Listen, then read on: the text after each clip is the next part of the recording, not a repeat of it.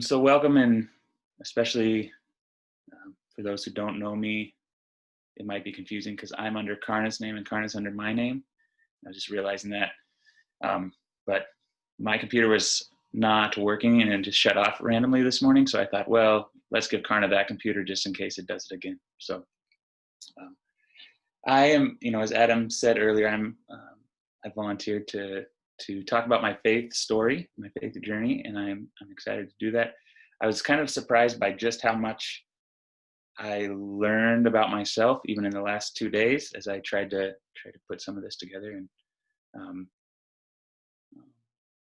yeah, so I've appreciated that, and I think that hopefully that some of what I share might be encouraging to others, or may just help others get to know me better, and that might be of some advantage too. So about a week ago, it was the morning of June 19th, and I woke up from a dream, and I felt like it was a significant dream. And as I often do throughout my life, when I wake up and felt like I had a significant dream, I'll get up and I'll write it down. So this time it felt maybe not as significant as some, but it felt significant enough to get up and write it down. So I don't often timestamp that, but it was 4:45 in the morning, and I wrote about 5 pages in a notebook, just with every detail I could remember of this dream. And it's kind of, I read everything to Karna out loud yesterday, and it was kind of embarrassing to read it all out loud because it makes so much sense at 4:45 in the morning when you've just woken up from a dream, and then when you recall it later, there's plenty of things that are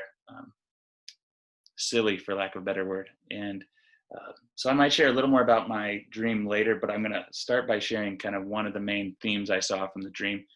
I think the two themes kind of broadly were kind of my desire and hope to see more social justice be achieved, and find out how I can be involved in that. And then I think I was also feeling a little bit of anxiety about preparing for this talk. And that's the part of the dream I'll share now. I was driving a school bus with a group of people who were going to church, and there were some directional challenges. We didn't get there. We didn't go the right way at first, and so by the time we got to church, we were late.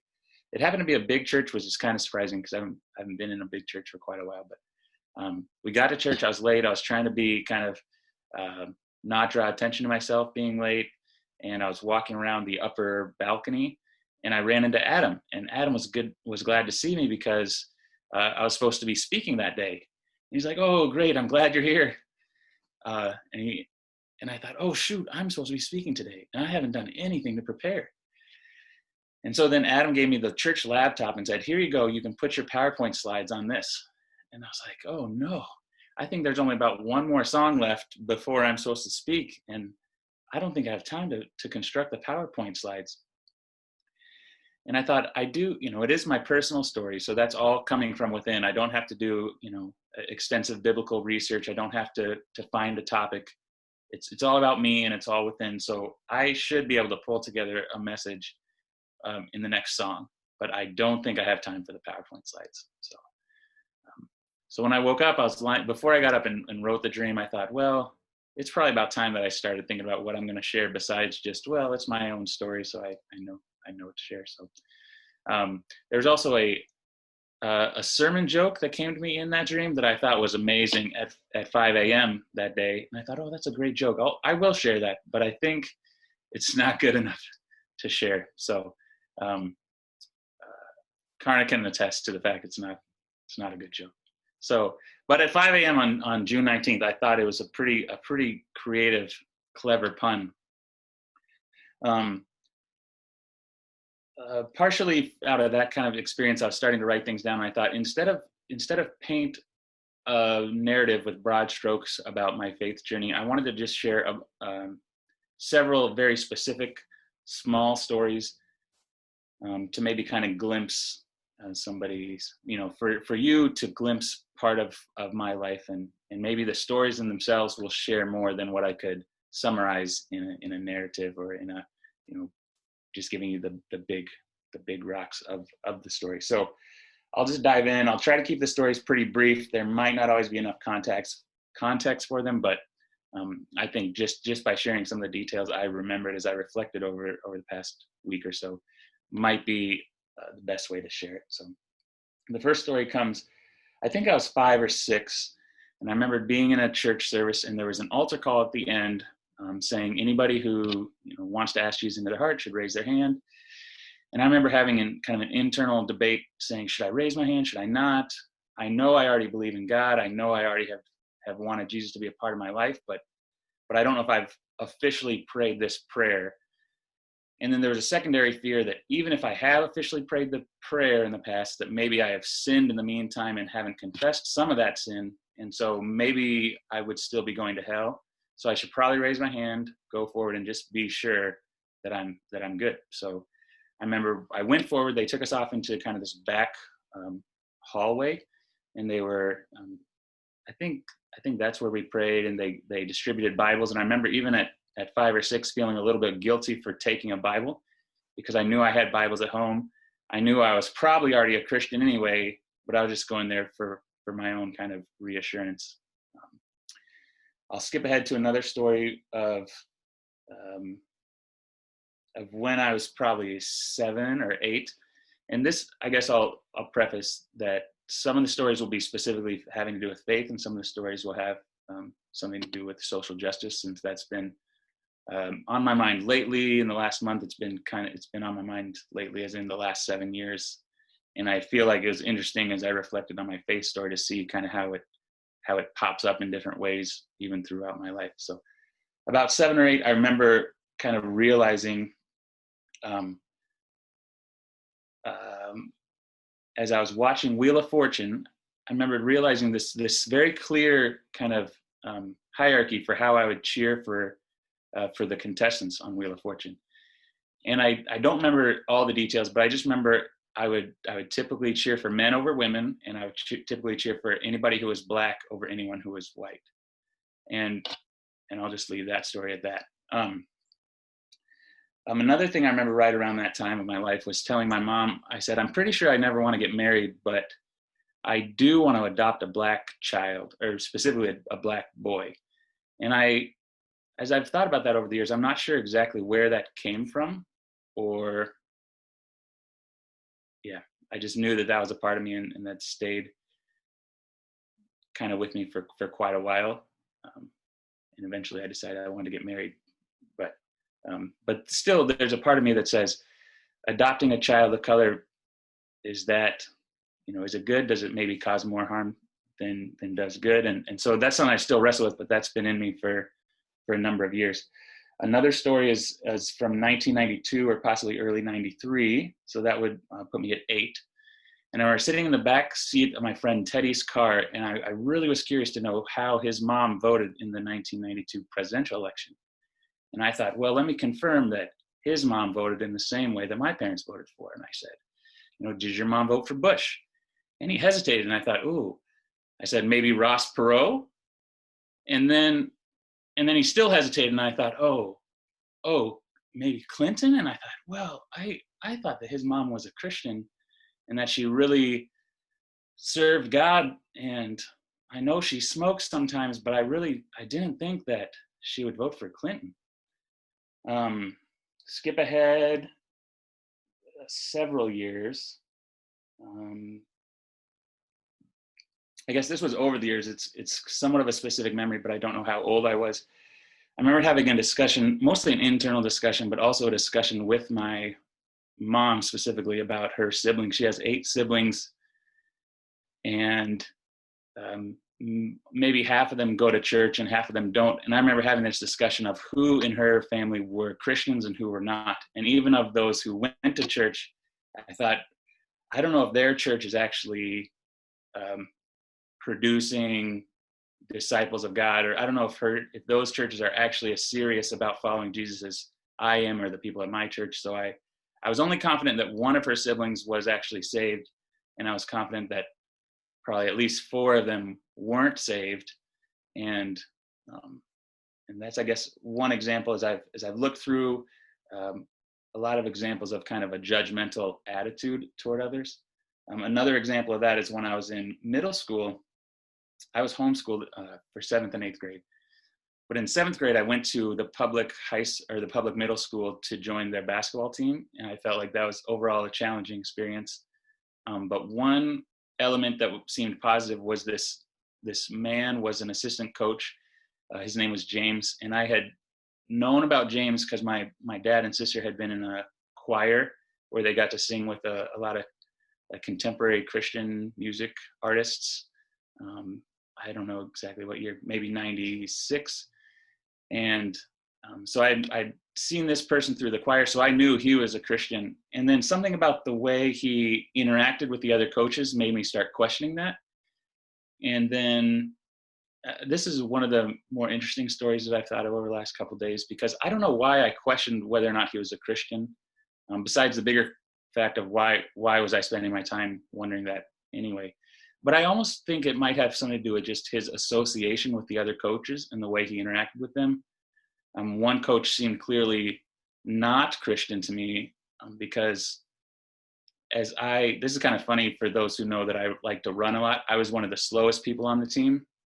And so they made us run these suicides in a certain number of seconds. And I had a very difficult time hitting the cutoff mark. And more than once, I caused the team to have to run again. And at one point, I was feeling bad about being slow. I was feeling bad about not being able to get it. And I was tired because I just done these sprints. And so I was just like looking at the floor, kind of in shame. And one of the coaches yelled at me and she said, "Block, I don't know what the hell is on your shoes, but it's sure not going to help you win any basketball games." And I think there's something about the way I felt with her criticism that made me associate that maybe this other coach that was somehow associated with her was also not a Christian, which that one the reason I shared is partially just the judgment that I had in me without any, just seemingly without any evidence or without any reason. Moving on, I wanted to share a couple journal entries that I found as I was looking for things this morning.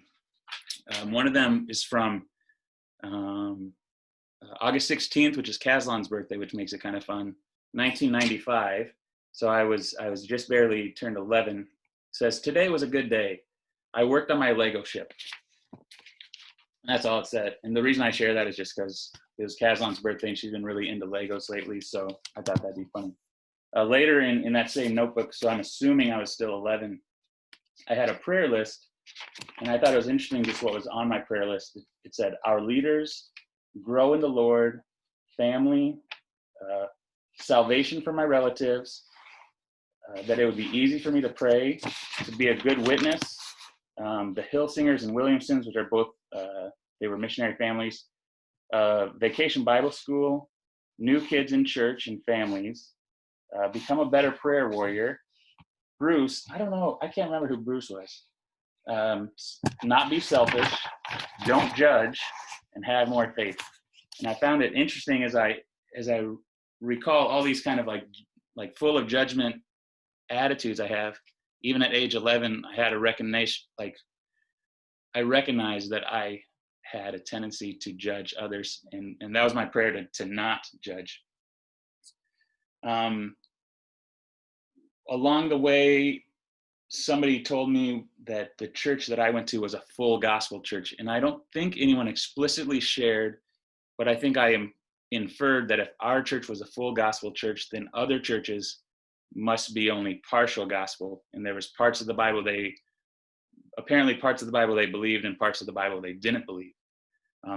When I started high school, it was a Baptist high school, and I knew that Baptist was not full gospel. So I was wondering as I started school in 9th grade, which parts of the Bible they didn't believe. As a 9th grader in class, they were discussing a verse in John 15, which talks about Jesus divine, and those who remain in him will bear much fruit. And if you don't remain in him, then you will be cut off and cast out. And I remember raising my hand and just saying, well, that completely dispels this concept of once saved, always saved. Having no clue or no idea that was one of the points where my church's theology and the Baptist school's theology differed. So I remember the very young, maybe 23-year-old Bible teacher kind of trying to think quickly on his feet and trying to figure out how he could prove that what I said wasn't accurate. And I think he didn't have a great explanation for it. But I look back on that even later in high school, kind of with a bit of a smile to myself, just kind of how uninformed I was. Throughout high school, there were a lot of debates and arguments about theology and things about predestination and eternal security and speaking in tongues and roles of women in leadership. And I remember one day there was a girl named Lauren who I especially enjoyed irritating. And I told her one day, I said, I was having a talk with my pastor yesterday, and he thinks that women absolutely should be leaders in the church, and then gave a few biblical examples of this. And I remember Lauren, she took a deep breath and she said, I know you're just trying to make me upset right now, and I'm not going to let it work. But it seemed pretty clear that she was upset. And so I was happy that I was making her upset, which is it's interesting, I guess, to look back on that. By the end of high school, I had spent a lot of time on different theology things. And I remember kind of concluding all these discussions I've had. I don't think any of them change the way I relate to God or respond to God. I don't think any of them bring me closer in my relationship with God. I don't think any of them help me love other people more.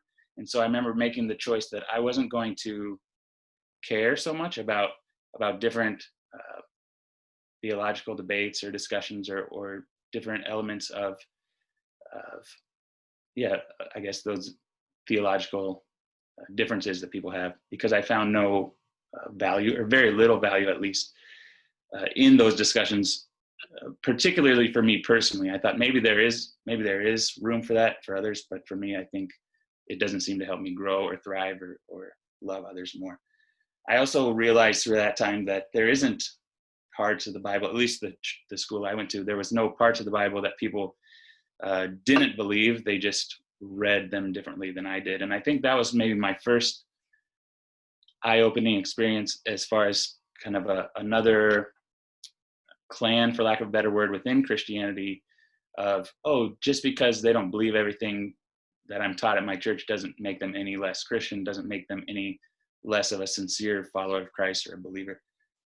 By the end of my high school time, I was asked to give a speech, and I remember that I tried to keep it short, but I wanted to keep it really short. I wanted my speech just to be only God satisfies, because after the time in high school, I felt like I could just boil it down to all these other discussions and things are distracting, and it really just, it comes from the communication or the connection that we have to God. Shortly after high school, I went to New York, and I found more journal entries from that summer. And this was maybe 6 weeks before I was set to go. I said, we got back from a vacation today. It was overall fairly nice, but I was just antsy to be doing something to advance the kingdom. But it was relaxing and a break, something I'm sure that I'll long for in New York. I was challenged to really be not selfish as I strive to love others. And then a few days after that, I said, I'm fairly anxious to go to New York, and yet I think of people in prison with nothing to do, especially ones in solitary confinement with nothing to read. I can't imagine it, so I'm just going to keep trying to make the most of every opportunity and continually reside and commune with Christ. In New York, here's where I'll share just a little bit of a narrative. In New York, I was exposed to cultures that were not my own for the first time, which I was really grateful for. I enjoyed being in a bigger city. I enjoyed the diversity. I remember even kids would ask me on the bus, they said, well, what are you? Meaning, are you mixed? Are you light-skinned, Puerto Rican? Are you white? And whenever I said they would tend to be surprised. And I enjoyed that. I kind of relished in the fact that I wasn't just white to them. And I think as I look back on that, even this morning, I think maybe one of the reasons I enjoyed maybe passing as non-white was because I don't think anyone who's white has ever treated me like I wasn't white. So it was almost like the best of both worlds, where I could be accepted by all in a sense. And that's maybe oversimplifying it. But I remember again in college, there were people who asked me if I was biracial or different non-white things. And I remember enjoying it then too. And so as I've thought more about social justice in recent weeks, yeah, it's interesting how I responded or related to that, and maybe why it was so easy for me to enjoy being non-white or being perceived as non-white by someone who was not white. Also in New York, just to show the kind of exposure to different cultures, my friend Seth was there, and Seth said that one time he was walking into one of the buildings that the ministry owned, and somebody was peeing on the building. And he asked the guy, he said, "Are you going to flush?" And the guy said, "Excuse me, what'd you say?" And he said, "Well, you're peeing on our building. I just wondered if you were going to flush." And the guy just pulled out a gun and pointed at my friend. And then he realized, he was from Iowa too, so he realized that he was no longer in Des Moines by that interaction. To give more examples of, well, I'll say one more thing about New York. The biggest goal in New York was to get as many people under the sound of the gospel as possible. And I think they did a pretty good job of that.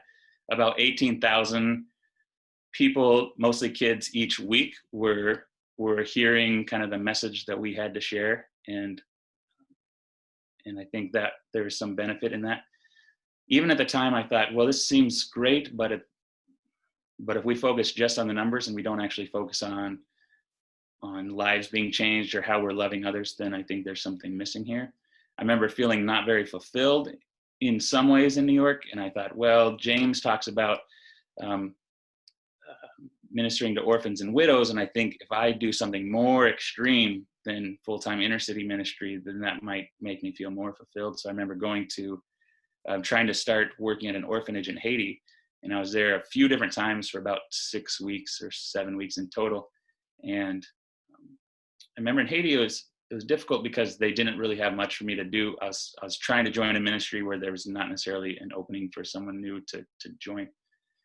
And I remember kind of it struck me as I was sitting alone in a hotel room that, kind of the same message I shared at the end of high school, that only God satisfies. And if I'm looking for fulfillment in just the ministry or the opportunity that I have in even helping orphans, it's not actually going to be fulfilling until I draw my value from my relationship with God.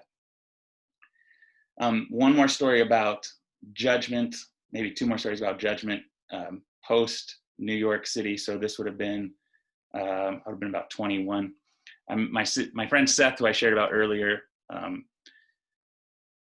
he and I were both back in Iowa and just talking with other friends about our experience in New York. And he ordered a beer, and I thought, well, I don't believe it's a sin to drink a beer, but I can't believe Seth is drinking a beer. And I just noticed this judgment within myself, and I was uncomfortable with that judgment, but I recognized it for what it was. And maybe a year after that, I was living in California, and I was house sitting for a family, and I noticed that they had a whole liquor cabinet, and I thought, well, beer might be okay, but liquor, I mean, I thought the Pearsons were really serious about their faith, and I'm not questioning whether they're Christians or not, but I still question how serious of Christians they are if they have liquor in their cabinet. I think the next story will be from 2008. So I would have been about 24. I had moved so in California, I got married. I moved back to the Midwest, and I moved to Minnesota, and I went to school. And one of the professors, well, two of the professors were women of color, and they spent a fair amount of time, maybe not a fair amount of time, they at least talked to us about kind of opening our eyes to different racial issues, injustices. They introduced me to the concept of driving while black, which I had never thought about or heard about. They introduced us they just asked us a question of how many in this room have had a Black teacher before. And I don't know if anyone raised their hand, maybe one of us. How many of you have had a Black supervisor or manager at a job? I don't think anyone raised their hand, and went down a list, and all these kind of almost all white students, except that not completely. They had very little experience with any sort of Black authority or leadership in their life. And I found that to be eye-opening. Looking back, so from then 2008 to 2016, I'll just give maybe a summary and say, as I look back on it now, I think there was a lot of deconstruction happening. Maybe 2016, I listened to a Robcast with Rob Bell, and he, I think the name of the podcast was something called "The River is a River and a Mountain is a Mountain," and that's paraphrased, but he talked about how when you're young, you have a certain view of the world, and the river is a river and a mountain is a mountain. And as you grow older, you realize the river is no longer a river, the mountain is no longer a mountain, and you question everything. And then as you keep working through, then you finally find out some more things and realize maybe the river actually is a river and the mountain actually is a mountain, but you have a brand new lens and you have a brand new perspective on things. And one thing he said in that podcast, and I wrote it down just this morning as I was preparing, was as you work through things, you realize that some of the good guys are actually the oppressors. Some of the people that you were taught were the bad guys actually have a point, and there's some serious injustice going on here. And I think that's a lot of what was going on for me in those 8 years. I worked at a school where 100% of the students were of African descent. One of the classes I had there were all Somali students. And I remember just loving hearing one of my boys in particular just tell me all the things he was learning about the Quran and about Ibrahim and Ishmael, and just his excitement for his faith reminded me of myself as a boy. And I remember sharing some of this with my aunt, and I also shared that we gave them a quiet time during the day in case they wanted to pray. And I said, as the years gone on, it seems like they've prayed less and less. And I remember her just saying, "Oh, that's so good to hear. I'm so glad that they're praying less." And this is an aunt who's very, I would have considered her the one, like I knew she was a Christian when I was a kid. And when she said this to me, I was just kind of appalled and thinking, like, first of all, it feels like you're judging these kids who I love and who you've never met. And secondly, it feels like I think there's a lot of value for children expressing their faith, even if it's not a faith that looks the exact same as the one that you have. And so that's one example of, the people who I taught were bad were actually not bad. And Muslim coworkers and Muslim students, and just realizing, like, well, I think these guys, they're pretty good. They're pretty great people. They're full of love, and they're full of a lot of kindness and caring toward others. And I don't see how I can judge them in a way that says, well, you must be wrong from a faith perspective, so I'm going to treat you differently or like you any less.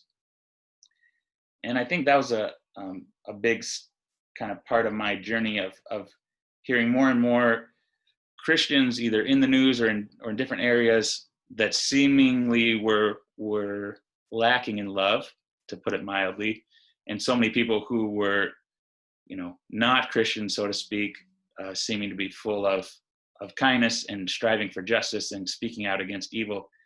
And so over that time, I think there was a lot of less attention to my own spiritual journey or faith experience, and a lot more awareness for the world around me, and a lot more compassion for injustices and compassion for other people. In recent years, and even I think at Third Way, I've shared how it seems like for quite a while I was just kind of apathetic toward my faith and didn't care about things. And I think that, I don't know if that's completely false, but I think as I've been really diving into it the last few days, I think that isn't the whole story. And I think so much of my attention and care and desire to love was poured more into systems or issues of systemic injustice and hoping for social justice, as opposed to caring more and more about, as I read through old journals, like a lot of things that were pretty legalistic in nature.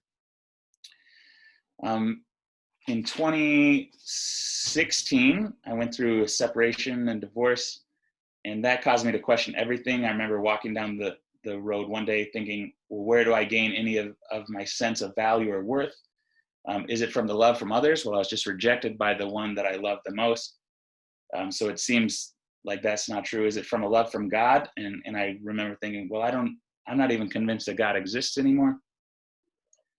And so I think part of it were those feelings and personal turmoil where I really had to dive in to what I believed. And one of the things I did was I reread the entire Bible with an open mind and a willingness to say, if I disagree or if something makes me feel uncomfortable, I'm not going to seek a way to reconcile it with my old view or my old theology. I'm just going to allow myself to sit in discomfort with it. As I kept listening to podcasts and being kind of encouraged to grow in my faith and in myself, I realized there were more definitions or more concepts of how people view God. And one of them, as described by a man named Pete Rollins, is kind of a superhuman view of God. So anything that humans can do, God can do better. Anything that humans can know, God can know more. And I realized this was largely the God that I was taught about and the God I believed in. And some of his other definitions of God were more along the lines of God is so far beyond what we can even grasp. And that really resonated with me in the fact of, if we really believe God is higher and above our ways, then how are we going to fully comprehend who God is? And that felt very freeing for me. It felt like similar kind of to how I was at the end of high school. I don't need to know all the answers to these theological debates. It created a similar concept for me, which I feel like I still have today. I don't need to know all the answers about God, or I don't even need to know everything I think about the Bible, or everything I think about Jesus, or everything I think about almost any question of faith, because I think I can still have a connection with God. I can look within and see the divine at work, and just be grateful for that, and have a lot of unanswered questions that don't need to have answers in order for me to continue my relationship with God, in order for me to continue my love for other people.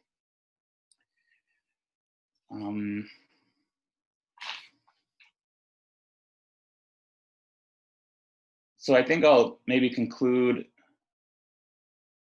Well, I'll share one more story about as I was, I think it was 2017, and I was trying to find a church again, because one of the things through 2008 to 2016 is I had very little Christian community and very few close friends who were encouraging me to keep seeking God, I guess, for lack of more time to go into that. But in 2017, in this moment of crisis, I thought maybe going back to church would be helpful in some ways. And I remember going to two different churches, one in Minneapolis and the other one was Third Way. And I think within a 2-week period, the church in Minneapolis, there was somebody who said,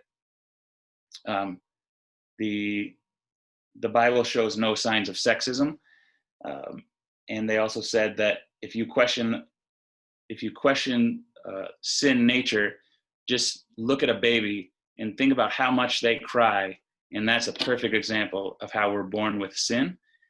And so both those things I thought I just rejected. I didn't appreciate how they didn't acknowledge some of the things in the Bible that clearly were, treating different sexes in different ways. And then this concept of, I can hear an argument for sin nature, but to say that my baby is crying because she's hungry and somehow that proves that she's sinful to her core, that didn't work very well for me. So also at Third Way, in the same time, there was this acknowledgement of, there is a lot of kind of ways that people treat sexes differently in the Bible, and yet it was still kind of progressive for the time. And I thought, well, that's a good way to kind of acknowledge the reality. And then the other kind of more funny one is something about Colin Walker's beard really, really helped me think that I might be in a place where I can find that I have a good community. And I remember my first Third Way retreat, I felt like I was a part of a community, even though I was so kind of new to it for the first time in probably at least 5 years, but probably almost a decade since I'd really felt that connected to a community. So I guess I'll conclude completely shifting gears back to this concept of social justice. And part of in my dream, there was this concept that I was originally not driving the bus. And then somebody said, I can't drive this thing anymore. And I volunteered. I said, I'll drive it. And then the first thing we had to do was get to church, and we were going the wrong way. So I had to do a U-turn in the bus. And I've driven buses when I lived in New York, and doing a U-turn in a bus is not an easy task. And yet I knew that I had to give it a try, and it worked in the dream.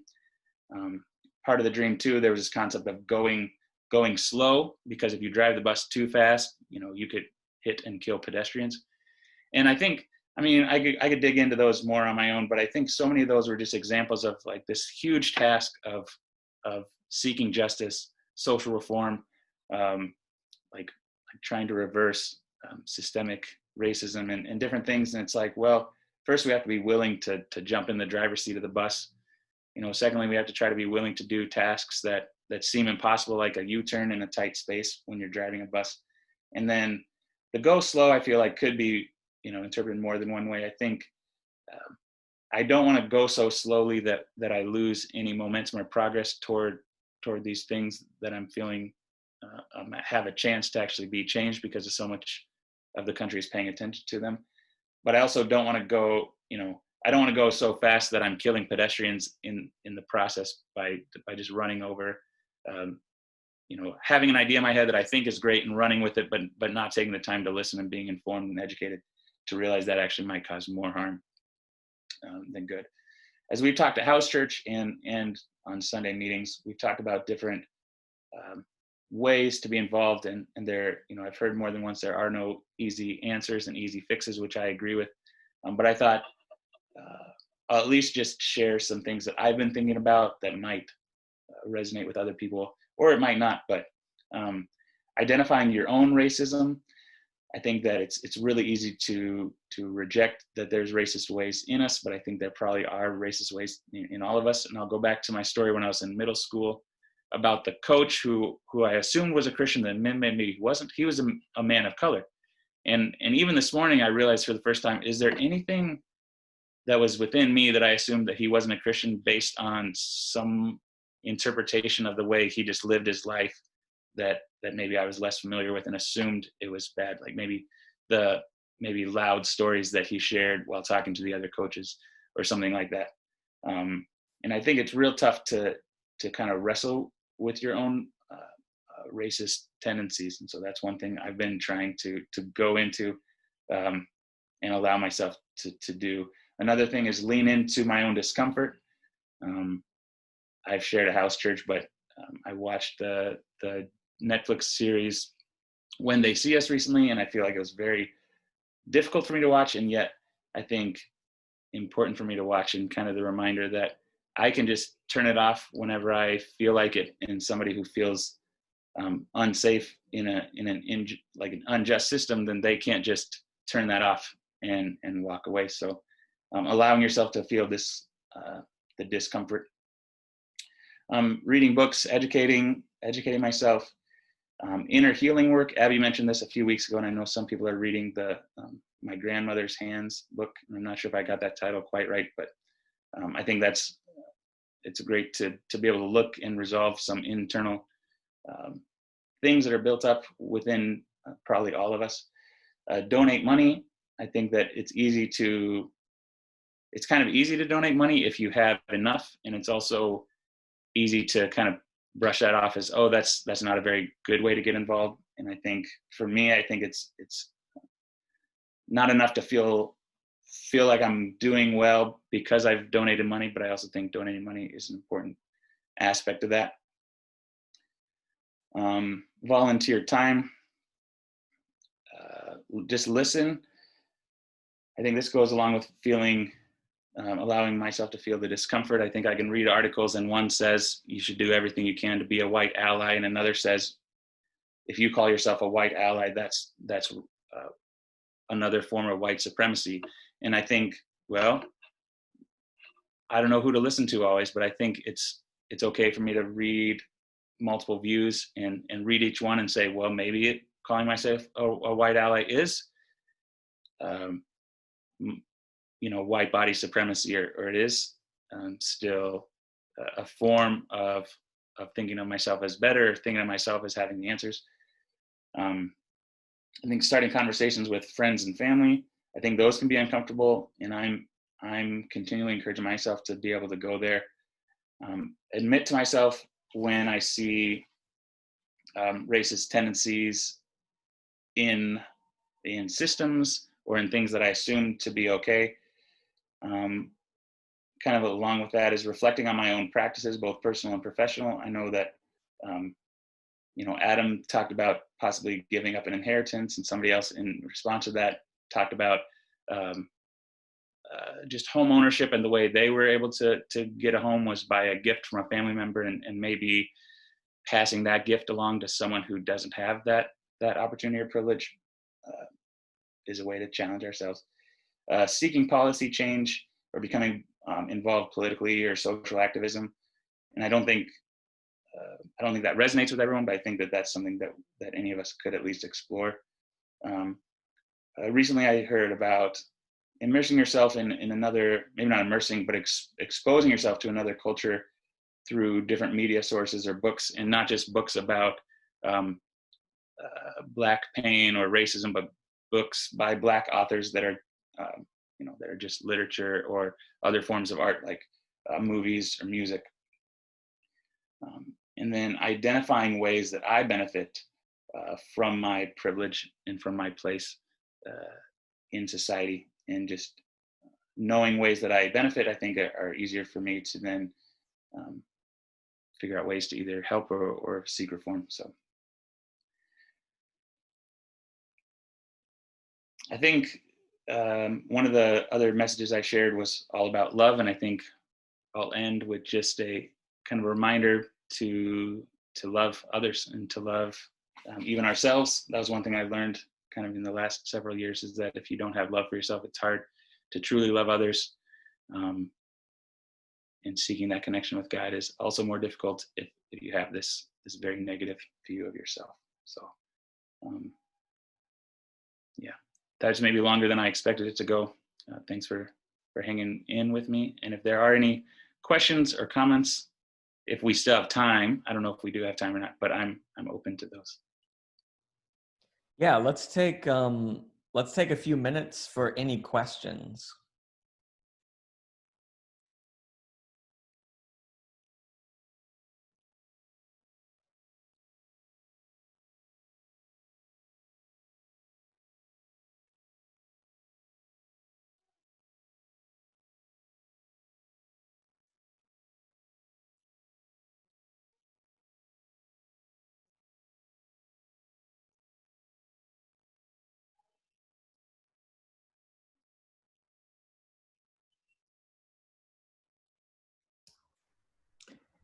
This isn't really a question, but Sequoia, I just really appreciate the way you told your story today. And like you talking about your childhood or these things you noticed in yourself, looking back, I feel like I still like see this version of you in that. And not that you're like judgmental or things like that, but this like character quality of who you are that's like been around since you were a kid, and it still feels like this kind of gift that you like present yourself in a way of openness to people. Like that's always been my experience with you in our community, and I just feel like it's this gift of who you are. So thanks for sharing this morning. I just appreciated your storytelling.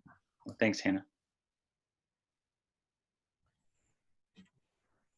This is Emily. I was going to say that the format was really thought-provoking too, especially with the message of social justice. I think, like, I don't know, it was really good to hear like how small moments made you like recognize privilege. That was really thought-provoking for me, and it was also a really good way to keep people engaged. Yeah, thank you.